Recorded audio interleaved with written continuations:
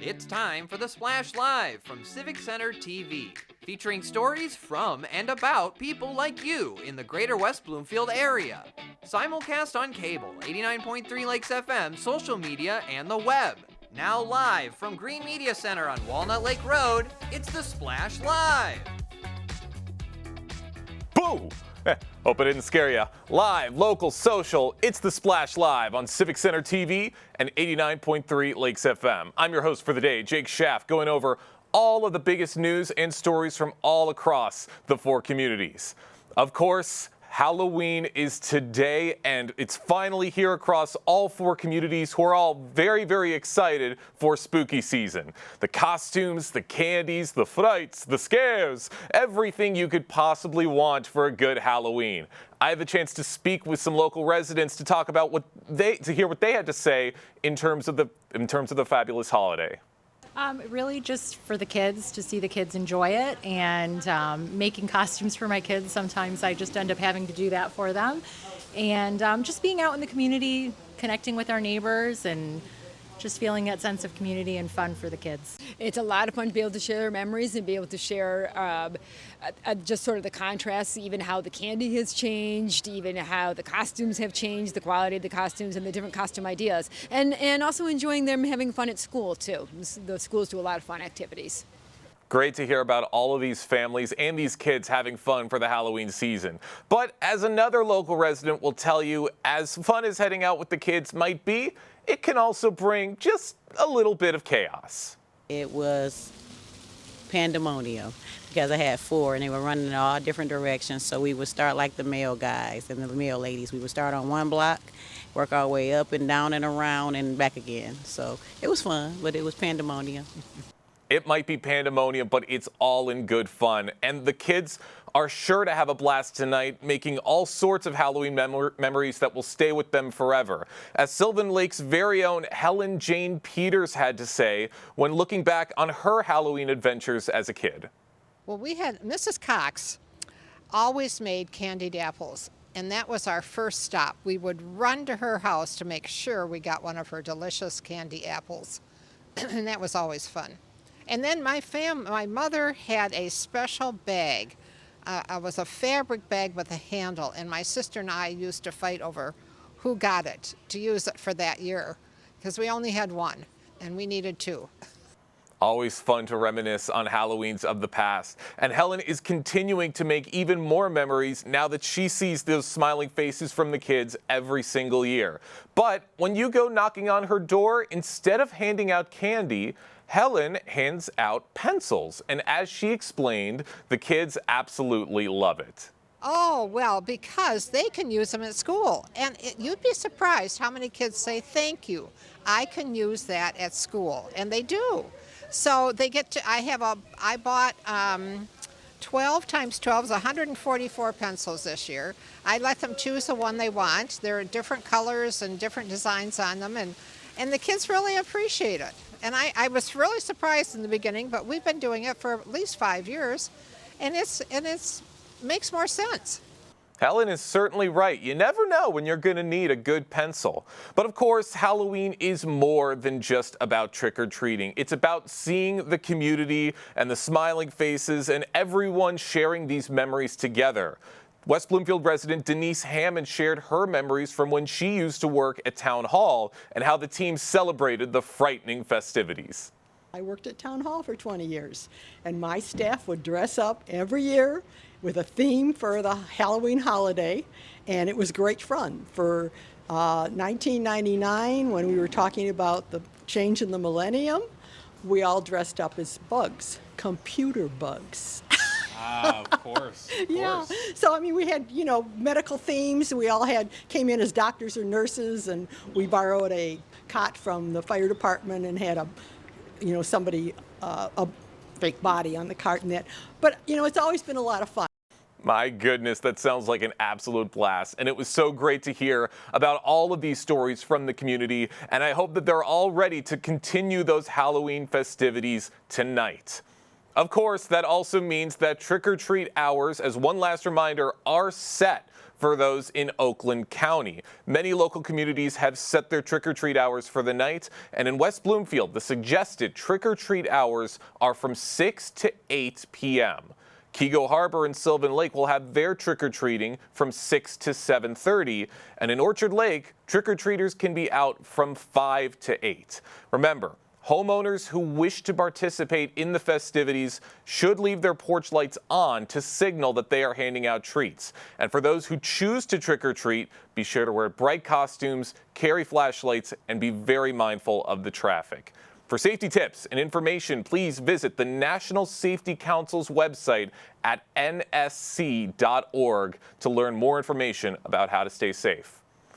The West Bloomfield Middle School Band Concert brought their Halloween spirit just very recently. On Tuesday, under the expert direction of Jesse Sachs and Carl Stein, the talented students delivered an amazing performance that wowed the audience. Adding to the excitement, the Halloween spirit was in full swing, with students dressing up in creative costumes, bringing extra fun to the night. The combination of music and Halloween cheer made for a very truly fantastic event. Congratulations to everyone involved in this memorable evening. You can see the photos on our screen right now if you're watching on Civic Center TV. But if you want to see the photos in person, you can check them out on the West Bloomfield Schools Facebook page at West Bloomfield Schools to see the photos up close. Scotch Elementary School just opened their brand new playground. Yesterday, it was all smiles as Scotch Elementary officially cut the ribbon for their new playscape with help from the students, staff, board members, and of course, Principal James Scrivo. This was all an incredible event, and as you might remember, this playground is identical to the one that just opened up at Gretchko Elementary fairly recently, inspired by Apple Island and bringing some historical significance to the playscapes of these schools. But I was out there for the Gretchko ribbon cutting just a while ago, and the playscape looked absolutely amazing. I'm sure this one is certainly going to live up to those standards. Those kids are going to have a lot of fun with this playscape. And you can check out the photos for yourself, once again, on Facebook at West Bloomfield Schools. Plenty of other great stories and events to get into right after the break. Live, local, social, it's The Splash Live on Civic Center TV and 89.3 Lakes FM. We'll be right back with The Splash Live. This is Civic Center TV and 89.3 Lakes FM. On cable and the radio. On the web too, and on social media. Civic Center TV, television that's close to home. Honor the many people who offer their lives for our freedom at the 2024 Heroes Appreciation Breakfast. Organizations, charities, and local residents celebrate and congratulate the men and women that ensure our safety and security. Check out our website, civiccentertv.com, to watch the event on demand.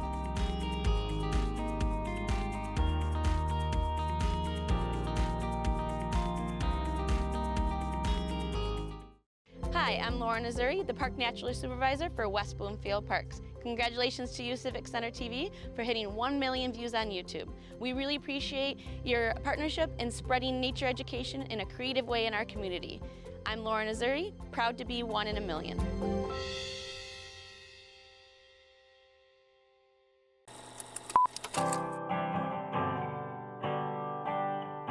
Bringing you stories and memories from West Bloomfield. Civic Center TV, television that's close to home.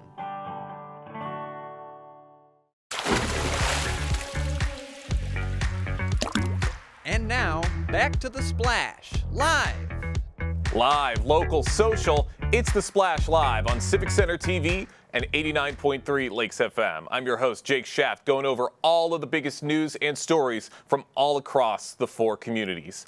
Now, we always love to highlight some big movements and big organizations that like to do a lot for the communities, and there's a brand new one that's starting to make a name for itself called TEAM, which stands for Together for Environmental Awareness and Management. This organization was made to promote cleanliness of the environment and to spread awareness about the dangers posed to its health. Here to tell us more about this exciting new program, we have the founder of TEAM, WBHS student and team founder, Ariba Alam. Thank you so much for joining us today.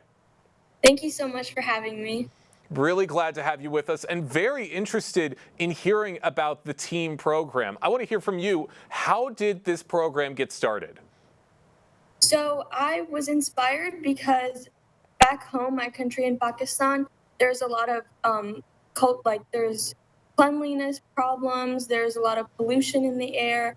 So I was kind of inspired by that to start this organization and have people come together to spread awareness about it, because especially with global warming, it's a big problem nowadays. So the more we come together and the more we take action now, it'll benefit us the most in the future. That's absolutely right, and that's great that you guys are making this effort to really promote cleanliness and keeping the environment clean. What have been some of your biggest projects so far with TEAM? So we actually started last month, so we've only had one event so far. We worked with Bees and the D's. We went on October 15th, where they taught us how to harvest honey from honeycombs. And then we also learned about the roles that different bees play in their day-to-day lives. And it was really fun, very informational. And they also invited us to a bottling event, so we will hopefully be going to that too as well. Interesting. Really, really interesting to see what you guys are planning to do. And I'm curious, because you said that this is a new program. I want to know, maybe what you guys have planned. What are some of the things you want to do for the community going forward?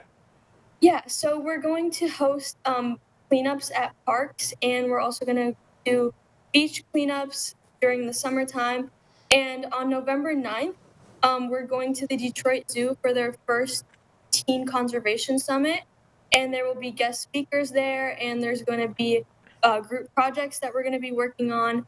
And then we also plan on hosting team bondings, because I know there's a lot of members that are joining, and we are still accepting members. But we plan on doing team bonding so that everyone can kind of get to know each other and be comfortable with each other. And then we're also going to have DIY videos of how to reuse material that will be coming out soon. And then we also have a research committee, and they research different topics. And we're going to also work with Oakland County Parks and do research for them and kind of look at endangered species and different dangers to the environment as well. Wow, that is a lot of great things you guys have planned. You are keeping yourself very, very busy. So you talked about how this group is still accepting new members, and that you're always trying to make the team even bigger. What has been the response from the team members so far, especially those who've been with you since day one? Yeah, so we've actually gained a lot of support. We were on Live Laker Update for our school, and we've gained members since then. And the members that attended the Bees in the D event, the honey harvest, they loved the event. They had so much fun. It's this group it doesn't make us feel like it's a chore. Like it's truly a fun thing, and we're spreading good things to the community while having fun. Everyone's loving it. Everyone's trying to join. It's a really good. You guys should join. Ariba Alam joins us right now on the Splash Live talking about the TEAM program, Together for Environmental Awareness and Management, that has started with West Bloomfield High School and is continuing to expand. And everything I'm hearing so far is great. And you just talked about how you said that this doesn't feel like a chore, what you are doing. What are some of the biggest takeaways that you and the other members of the team are taking away from these events and these things that you're doing? So one big thing is that it makes a difference. Like one small thing, picking up the trash from what you see on the sidewalk, like throwing trash into the recycling, or like in the designated bins, it really does make a difference. And it's really important that we don't just take our earth for granted because for now that's all we have. So it's really important to take care of it and not just kind of be lazy about what you do with the plastic. And there's a lot of other animals and other organisms that are being endangered, and soon that could get to us as well if we don't take action. You are absolutely right. The time to take action is now. We only got one planet, and we got to keep it safe. Ariba, talk about a little bit about how you might be seeing Team grow. Like, how big do you see this program growing throughout the community and beyond? I mean, we've only started a month ago, and we already have about 50 members. So, I mean, it's expanding pretty rapidly. We hope to go to state levels, hopefully national levels.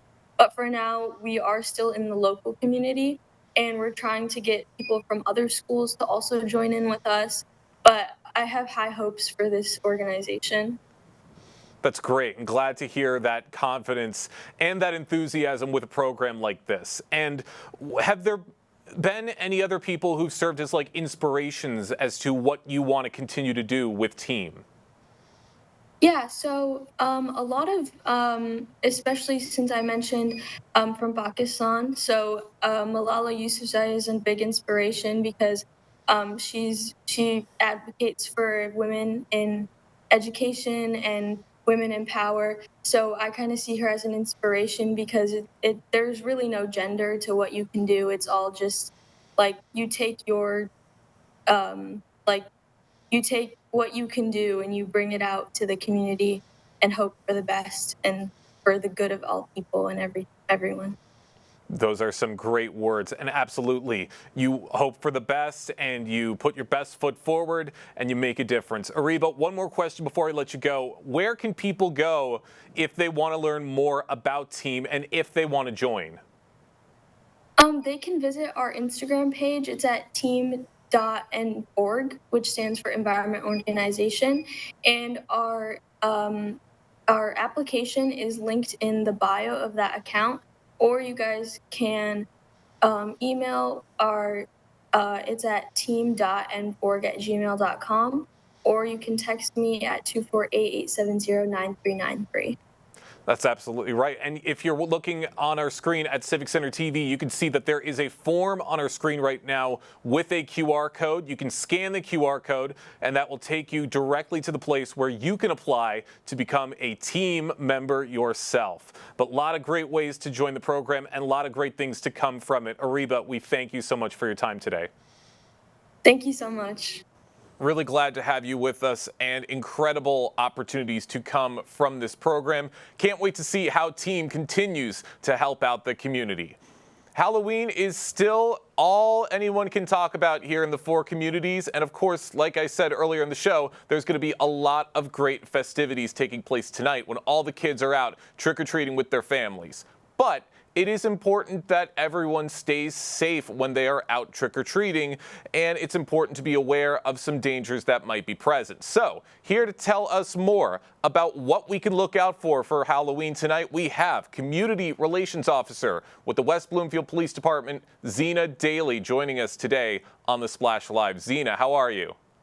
I'm good. How are you? Really great. Glad to see you. Happy Halloween.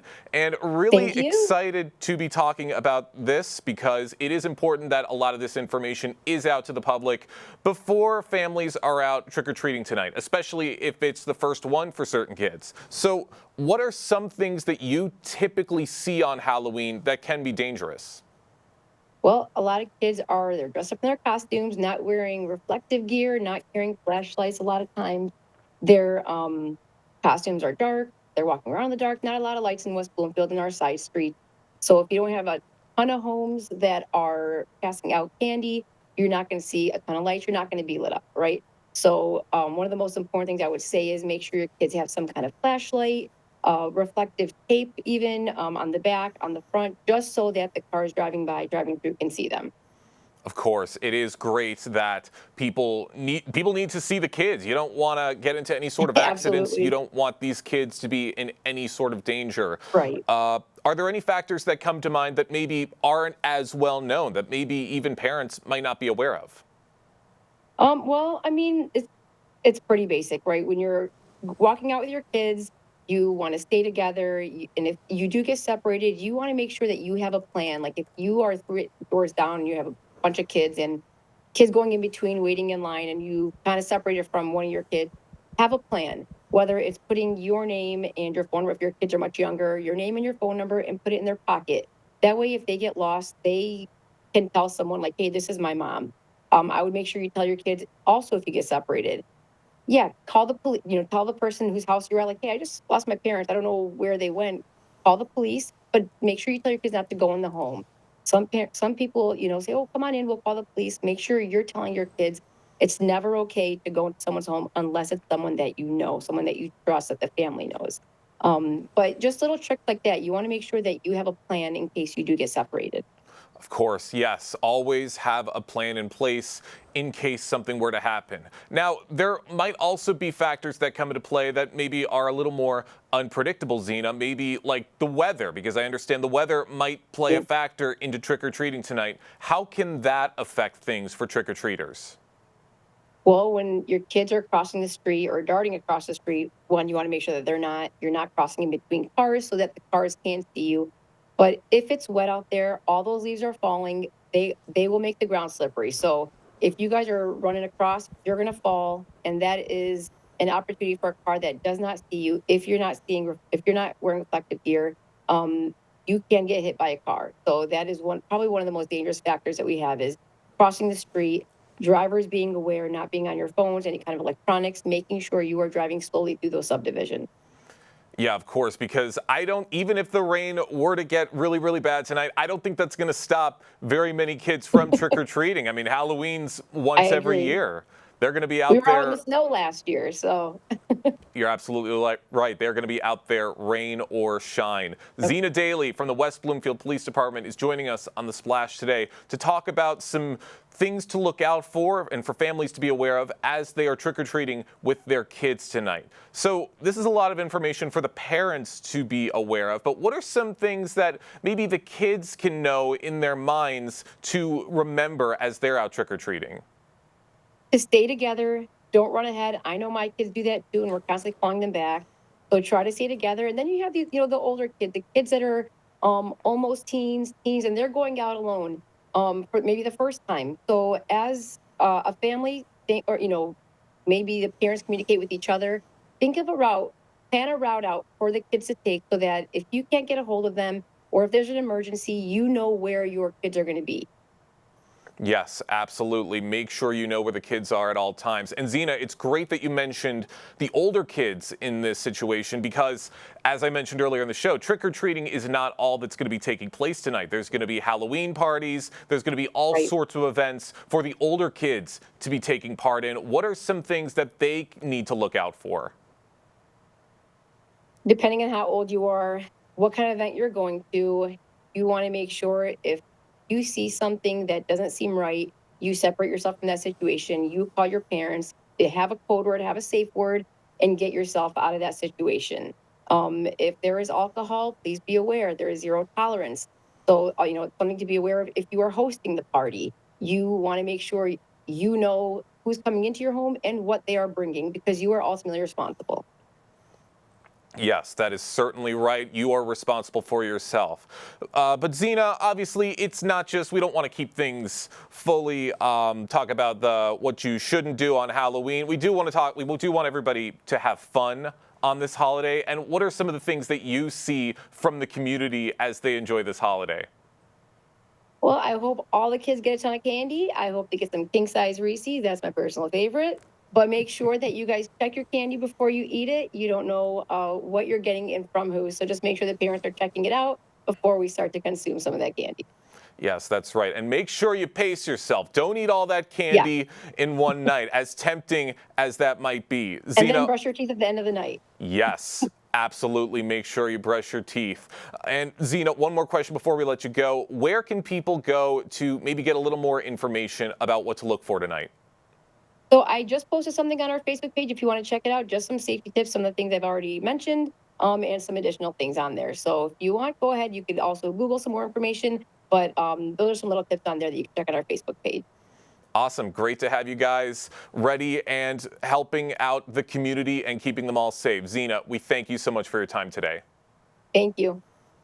Always great to know this information and for the community to be staying safe for this Halloween season. We want everybody to have fun, but we also want everyone to be safe. So once again, big thank you to Zena for all of her help in explaining these situations. A fun shopping showcase is going to be on its way to Sylvan Lake this weekend. A mashup of Shop Sylvan and what would have been the 5th annual Lakeview Holiday Shops pop-up will be taking place at the Sylvan Lake Community Center on Sunday, November 3rd from 12 o'clock noon to 4 o'clock p.m. And here to tell us more about this very exciting showcase, we have the COO of Shop Sylvan, Allison Kuhn, joining us on The Splash. Allison, thank you so much for joining us today. Hi, thank you for having me. Very happy to have you with us and very curious to learn a lot more about this event. Shop Sylvan, how does it feel to be bringing this event to the community?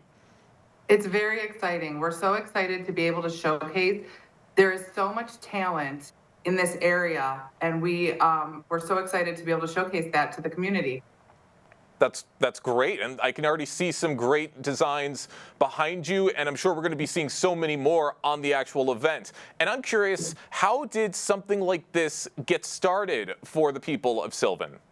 It's so interesting how it got started. So during COVID, one of the women in the neighborhood decided to have a holiday pop-up shop at her house just to help out some of the local community people who were not seeing as many people come into their stores.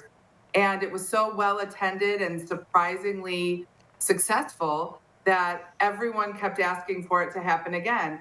And eventually we had so many artists asking to be a part of it that we had to move it to the Sylvan Lake Community Center, where there's a bit more room. We're still a little bit limited by space there. We only have room for about 26 artists, but that's how it just came off. And our first event in 2023 that was at the community center was in fact attended by over 600 people. So we were very proud of that. And last year we just felt like this year we could do it during the holidays as a way to get some of your shopping done. That's right. It's a great chance for people to get some early Christmas gift ideas, something great for the family, and there will certainly be a lot on display at this event. And I think you talked about it a little bit in your previous answer, but what are some other ways that you've seen the event grow over the years?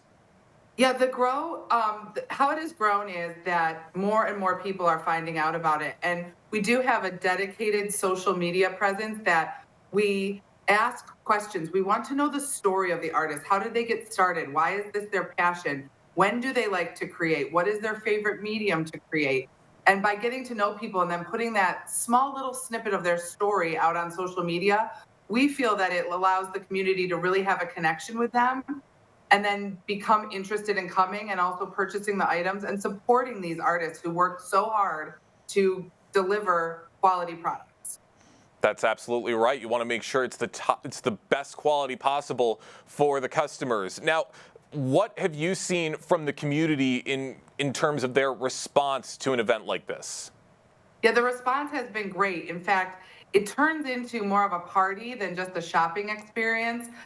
People run into each other that they haven't seen in a while, and they're like, "Oh my gosh, I love this wood bowl," or "This new lotion is amazing," and they're sharing it. And we even have members of our community that are finding products in the area and then reaching out to us and saying, "You got to get this person in the show." And so we do believe that as we keep going, we will have a different show every time because there's so much talent and so many artists that want to be a part of this. That's awesome. You always have something different every single time. That's exactly what the customers are going to want to see. For those just joining us on the Splash Live, we have Allison Kuhn joining us, the COO of Shop Sylvan, which will be taking place on Sunday, November 3rd. Now, Allison, there's going to be a lot of great vendors and a lot of great goods and services present at this event. Can you give us a little sneak peek on some of the vendors that are going to be at Shop Sylvan? Yes, I would love to. So one of our fan favorites is a man named Howard Clock. He's not your traditional wood turner, but he is a wood turner. He presents beautiful wood-made items, and he painstakingly creates each one. He has an excellent gift of patience, and each of his products is absolutely beautiful. He secretly tells us that it makes him sad every time he parts with one because he puts so much love into it. And he has a wonderful personality too, so you have to stop by and see Howard from Clock Made.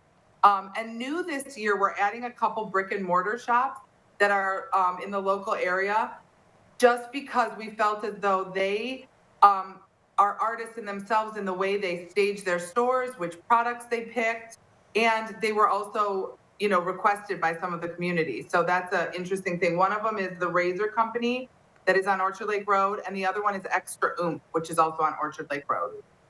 Great. All great businesses. I've been to the Razor Company. Definitely some great things to provide.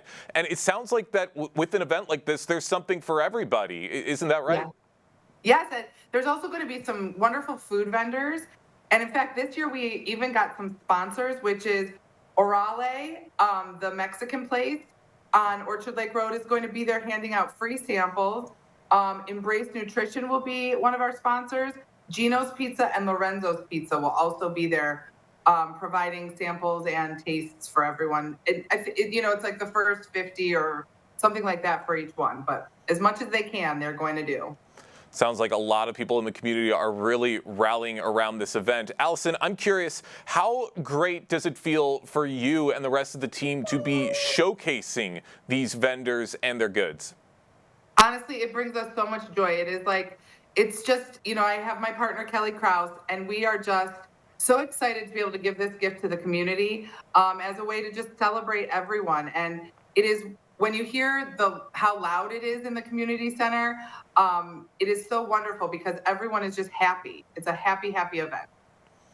It sounds very happy, and I can't wait to see all of the smiling faces that are going to be at this event. And Allison, once this year's event is over, how do you see Shop Sylvan continuing to grow in the years to come? How far do you think where else can Shop Sylvan go? That's an interesting question. So again, we are limited by space. We are dedicated to keeping it at the Sylvan Lake Community Center. We do have a couple food trucks coming that will be outside. So maybe it turns into something that's in spring where we can put up vendor tents outside as they get bigger and bigger.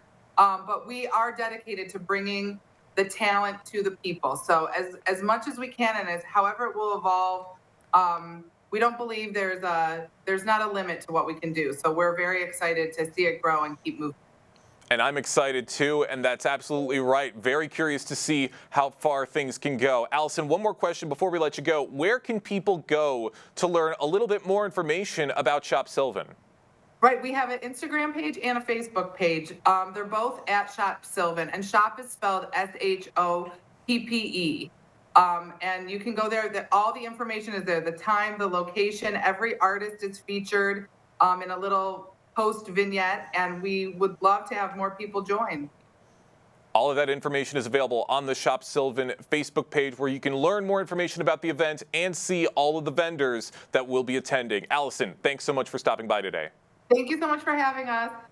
Really glad to have you with us, and really glad to be hearing about this incredible showcase. Sounds like there's going to be an incredible variety of goods and services, and from so many local vendors. So can't wait to see it. Shop Sylvan taking place on Sunday, November 3rd from 12 to 4. Plenty of other great stories and events to get into right after the break. Live, local, social, it's The Splash Live on Civic Center TV and 89.3 Lakes FM. We'll be right back with The Splash Live.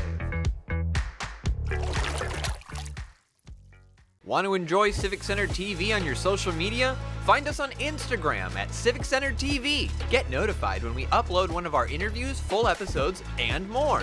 Thank you for watching and listening to Civic Center TV and 89.3 Lakes FM. Hi, I'm Chris Fry, Park Superintendent, West Bloomfield Parks. Congratulations, Civic Center TV, on 1 million views on YouTube. Thank you for all you do in the community, and thank you for having me on The Splash throughout the season to talk about activities out in the parks. Chris Fry, proud to be 1 in a million.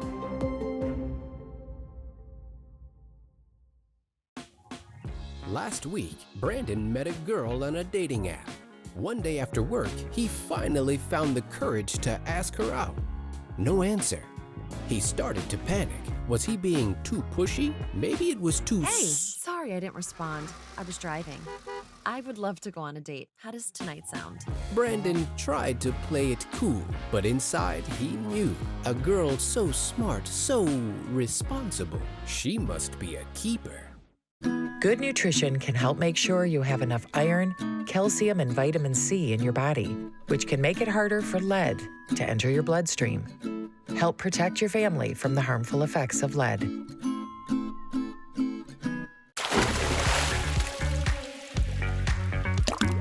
And now, back to The Splash, live. Live, local, social, it's The Splash Live on Civic Center TV and 89.3 Lakes FM. I'm your host, Jake Schaff, going over all of the biggest news and stories from all across the 4 communities.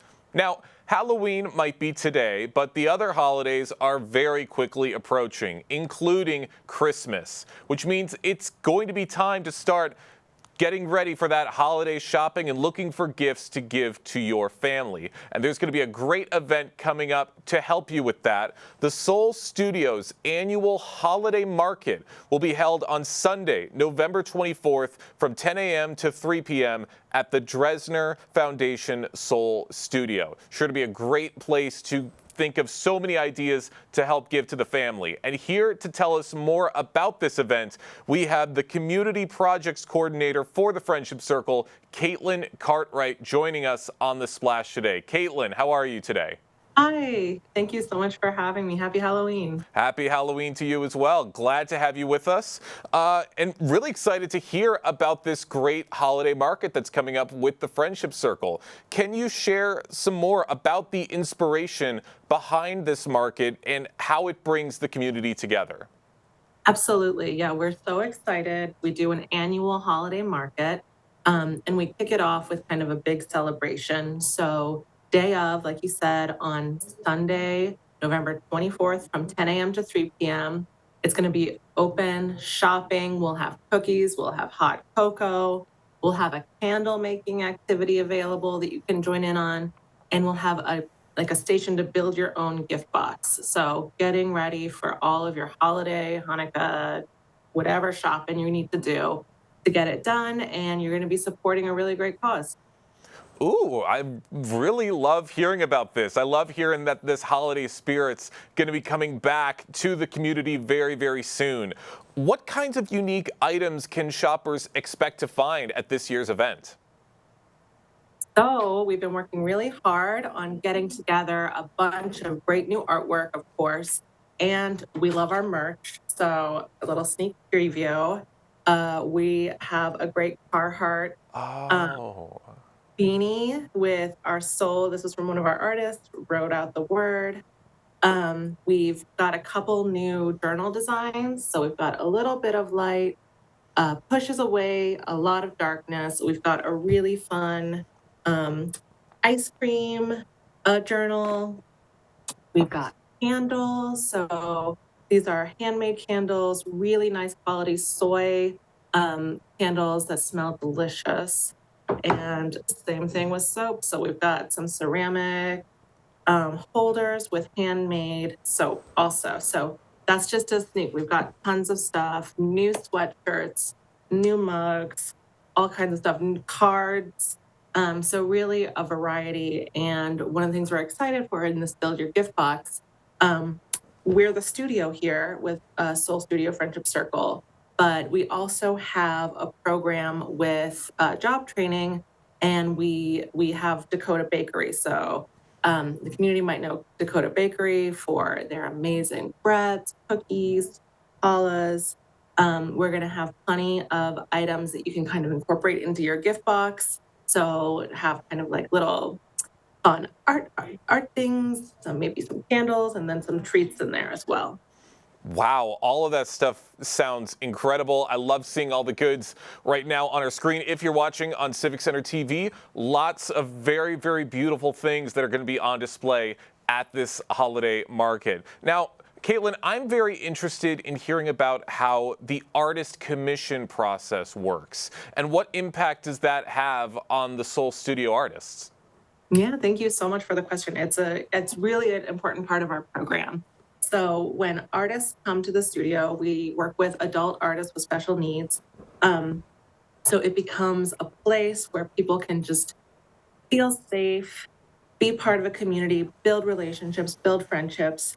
But there's also a whole other part of kind of building professional development skills. So learning how to make art, pushing themselves, learning more things. And when art sells, every artist gets a commission of 50% on any original piece of art that is sold, which is it's a really typical gallery model. I'm an artist myself too, and that's what I get when my work sells in a gallery. So it's really a cool way to get a taste of what it's like to be a professional. We're making art that has to kind of hit a bar of quality. The artists are doing amazing, amazing things, and it shows. And when work sells, commissions are given. It's really cool. Yes, that is really cool and great to see all of these artists on display and getting work like this. Could you tell us some of the stories on some of the featured artists that are going to be on display at this year's market and some of the inspirations behind their work? Yes. Okay. I'm just gonna, because I have it right here. This is, yeah, hot off the press, a new journal.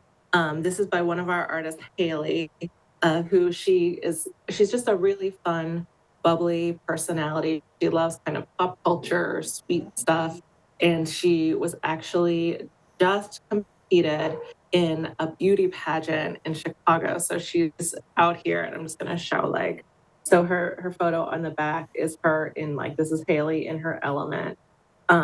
So we're seeing her kind of really cool, unique take on ice cream and just something that's fun and light and fresh, just like Haley. What else? We've got a bunch of different cards. So that's like a great way to kind of get like a lot of different artists in one go. So when people have their art, it's put on a card, it's a card pack. And so you can really get to see everybody's unique style. Love seeing all these unique styles and love seeing everything on display like this. That's so great for Haley and all of the other artists that are going to be on display. For those just joining us on the Splash Live, we are speaking with Community Projects Coordinator for the Friendship Circle, Caitlin Cartwright, who is telling us about the exciting holiday market showcase that's going to be taking place on November 24th. Now, Caitlin, how does Soul Studio's mission of inclusivity reflect in the artwork and events like the holiday market? So this is a great way that the community is kind of invited into our space to see, which is an incredible space. Please stop by, have coffee, have lunch. We've got a cafe, and just take a little look around the gallery. It's always open to the public, but this is a really special way where we can really invite people in. Our artists will be attending. They're excited to kind of come and shop as well. So it's really cool for our artists to see kind of the finished product that they've been working hard, they've been making this stuff, to see their art kind of on the wall, on display, and have people shop and purchase it. It's a good feeling. And it's really cool. It's a chance for shoppers who are looking for gifts to meet the artists who made the incredible gifts that they're going to get and give, and kind of pass forward the story. Continue, as we always say, to spread the light of what we do. I can only imagine that feeling of validation when you see your artwork on display like this, and that feeling when your artwork gets sold to people who want to have it displayed in their homes and for the community. Like, that's got to be an amazing feeling. Now, Caitlin, for those who might not be able to attend the holiday market in person, what kinds of items are available in the online shop, and how does it support the artists? Great question. So it's exactly the same. All of our work is on our gallery. So it's the Friendship Circle. If you go to Friendship Circle website, friendshipcircle.org, there's a gallery section. You can shop the work. It's got artist bios, so you can learn about the artists. All of our holiday market items will be on there. So starting November 24th, when we have when the holiday market starts, everything will be available online. You can shop. You can choose an option to pick it up from the gallery or have it shipped to you. So even if you have people out of state that want to make purchases, it's very doable. And it's the same thing. Our artists get the same commission they would if it was purchased in the gallery. And I'm going to give a little hot tip. We are going to be having some fun, like savings and specials coming up with online purchases as well. Nice. That's great, especially right in time for the holiday season. I'm sure the community is going to absolutely love that. Caitlin, I got one more question for you before we let you go. How can community members get involved with Soul Studio beyond the holiday market and to support local artists year-round? In so many ways. So I think the best way is to just come by the Soul Studio, like I said, the Soul Cafe, grab lunch, grab coffee, come through, see the gallery, do a little shopping in our artist market that's up year round, a smaller version of what we'll have. It's just see, you can walk through the studios, you can say hi to artists and really it's so different when you see in person, and kind of see the magic happen. So we love to have community members come in. And of course, we do multiple shows. We do 3 other gallery shows every year. So come through for those. If you want to volunteer, you can volunteer. We do a robust teen program for volunteering. If you've got a teen that wants to volunteer, we've got kid programs, we've got adult programs. And of course, I'm a big fan of if you want to, have a piece of art in your home or in your office. I work a lot with, different museums, galleries, corporations, individuals, cities, City of West Bloomfield, to find unique ways to get our artists out into the world and to have a beautiful, unique piece that tells a story. That's amazing, and that's great to hear of everything that you do to help get these local artists on display and to help give them so many great opportunities. Caitlin Cartwright with the Friendship Circle joining us on The Splash. Thank you so much for your time today. Thank you so much.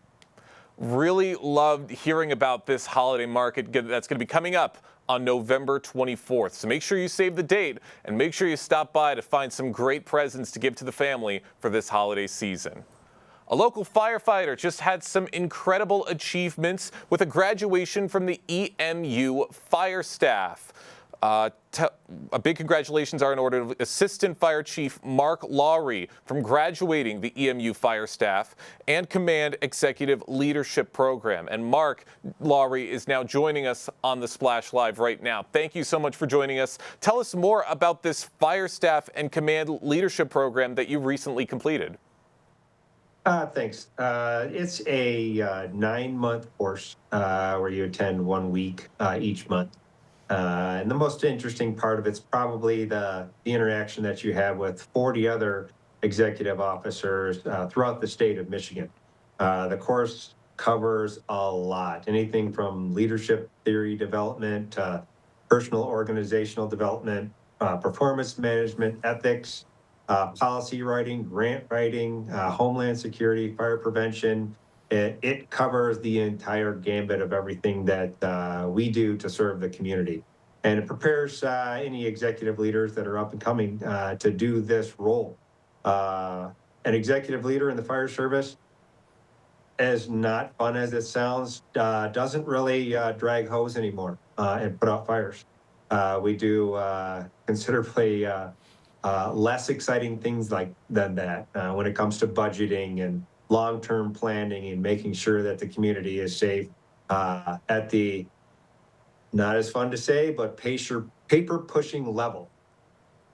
Well, all those roles are still very, very important to the fire department. Let's absolutely keep that in mind. But this is still a great achievement, Mark. How long has this been something that's been on your mind, and how long has this been something that you've wanted to go after and achieve?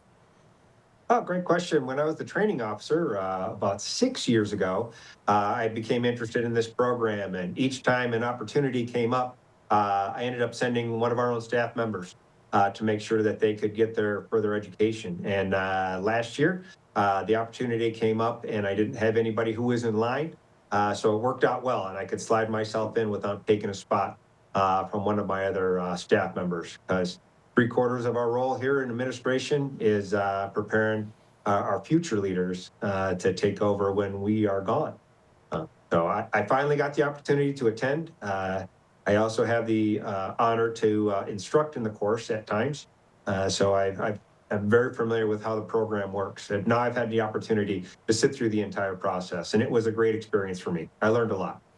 That's great. And I want to go into that a little bit more, because now that you have this achievement, what do you hope to bring to the fire department as things go forward? But just like any of our other staff members who have attended, one of the things that we do is we spend all 9 months putting together a research project. My particular research project happened to be on the rank structure within the fire service in general. Found out that the rank service and the fire service in general is not standardized, and it's probably something that we should be doing. Working with our local Oakway mutual aid groups, hoping that we can standardize at least the company level organization when it comes to rank. And when I say company level, those are the folks that are actually on the fire ground entering a burning building, and those that are commanding those entering a burning building. Trying to standardize that to eliminate some of the potential downfalls of our service. And those who have gone before me have brought their research projects back, and we've been able to implement some of those as well. So the whole process and the concept behind the research project that all 40 individuals do is to make the fire service better and to protect our communities better. Mark Lowry with the West Bloomfield Fire Department, Assistant Fire Chief, joins us right now in the Splash to talk about his recent graduation from the EMU fire staff. Now, Mark, with this being such an incredible honor, what does it mean personally to you to achieve this? This is a hard project for me to do. And one of the things that I'm kind of continuing on with is my master's program. In technology sciences at Eastern Michigan University. Attending this last course got me 5 of the classes that I needed in my program. I'm currently taking one more that'll leave me with 4 more so I can finish my master's degree in technology sciences. And believe it or not, technology is changing every day as I'm doing this interview via Zoom to you in your own home. So it's an exciting process, and one of the things that's going to affect the fire service as well. So I'm excited that I was able to complete that process, that it puts me closer to my master's degree, and that I can continue to professionally develop myself, which is the same thing that I look for in my staff. You're absolutely right. And absolutely, technology does change every single day, and it is something to absolutely be aware of. Now, as you talked about continuing your education, I'm very curious to learn about how the fire department has been in regards to supporting you and other officers as they continue their educational journey.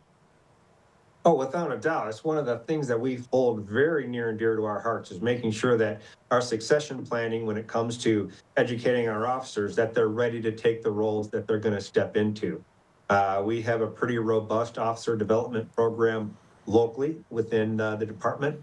And as I said earlier, we have sent multiple people to this exact same program to get some education that is outside of our own department. And our department and the township supports us very well when it comes to education and making sure that we're prepared to take care of the community that we serve. That's fantastic. That's great to hear that the fire department is helping all of their fellow officers in this great way. What are some of the biggest resources, would you say, that they provide to their officers? Maybe ones that the public isn't aware of? One of the things that they might not be aware of, the department itself has some funds in its budget to support individuals who are achieving their associate's degree or their bachelor's degrees. So we're trying to help eliminate that burden of finance when someone is taking maybe it's an online associate's course or an online bachelor's course, as long as it's fire service related and can help the community. The chief has set aside some budgetary dollars to help them. So it's education reimbursement. We also expect you to get good grades. So that's part of it.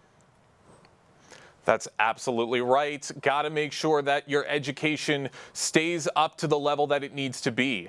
And going more into the support for their staff, I understand there might also be some scholarship opportunities that might be available with some of the younger members of the fire staff. Is that correct?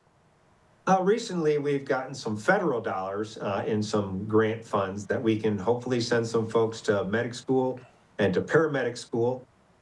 So we are trying to reach out to our community to get some folks interested in that, because paramedic school, it takes time, it takes dollars.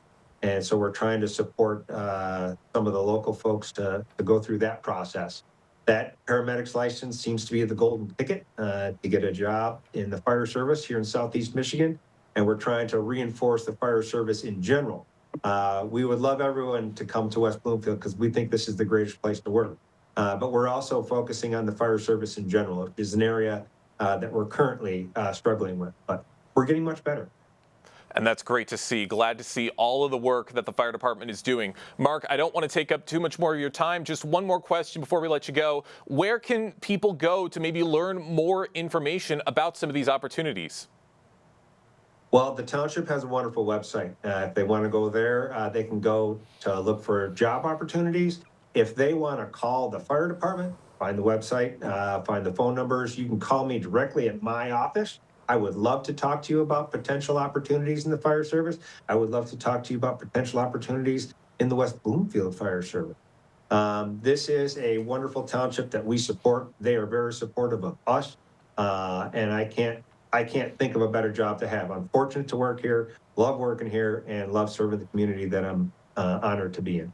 And we thank you so much for serving this community. Assistant Fire Chief with the West Bloomfield Fire Department, Mark Lowry, thank you so much for your time today. Appreciate it. Have a great day. Glad to hear of all of your success and glad to hear of all of the opportunities that are available with the West Bloomfield Fire Department. But big congratulations once again to Fire Chief Mark Lowry for everything that he's been able to accomplish. You have the opportunity to join the West Bloomfield Police Force as a PSA. The West Bloomfield Police Department is now hiring police service aides, or PSAs as they're also called. This is a great opportunity for anyone looking to start a career in law enforcement and make a positive impact on the community. As a PSA, you'll work part-time in uniform, handling essential duties like front desk service, report writing, and monitoring prisoners. Starting pay is over $22 per hour with an increase after 6 months. Applicants must be 18 years or older to apply and be available for various shifts. If you're motivated and community focused, please apply by November 6th. Go to their Facebook page to engage with them at West Bloomfield PD and visit wbtownship.org/jobs for more details and to start your application. But plenty of great opportunities with the West Bloomfield Police Department. The main library is going to be closed coming up very soon for Election Day. The West Bloomfield Township Main Library will be closed on Tuesday, November 5th for Election Day. However, the West Acres branch will remain open for regular hours. The main library is currently serving as an early voting location, so expect higher traffic and parking lot congestion there through Sunday, November 3rd. If you're visiting the main library, plan for some extra time due to the increased crowds as voters take advantage of the early voting options. You can check out more information on Facebook at WBLIB to get the full details on the situation.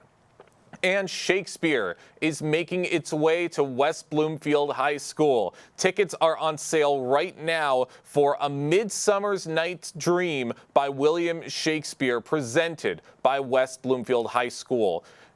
Get ready for a night of love, laughter, and mischief. WB student tickets are just $5. General admission is $15. And you can purchase tickets at the door or in advance at WBHS.com. theaterarts.ludus.com. Don't miss this classic comedy and bring your friends and family to join in on all of the fun. Come dream with everybody and enjoy a timeless story brought to life by the talented West Bloomfield High School students. And you can check out more information on their Facebook page at West Bloomfield Schools to find out more. But that is going to do it for us today on this wonderful Halloween day. Happy Halloween to everyone watching. Big thank you to Tyler Kieft, Calvin Brown, and Kevin McIntosh at Master Control. I've been your host, Jake Schaff. Live, local, social, it's The Splash Live on Civic Center TV and 89.3 Lakes FM.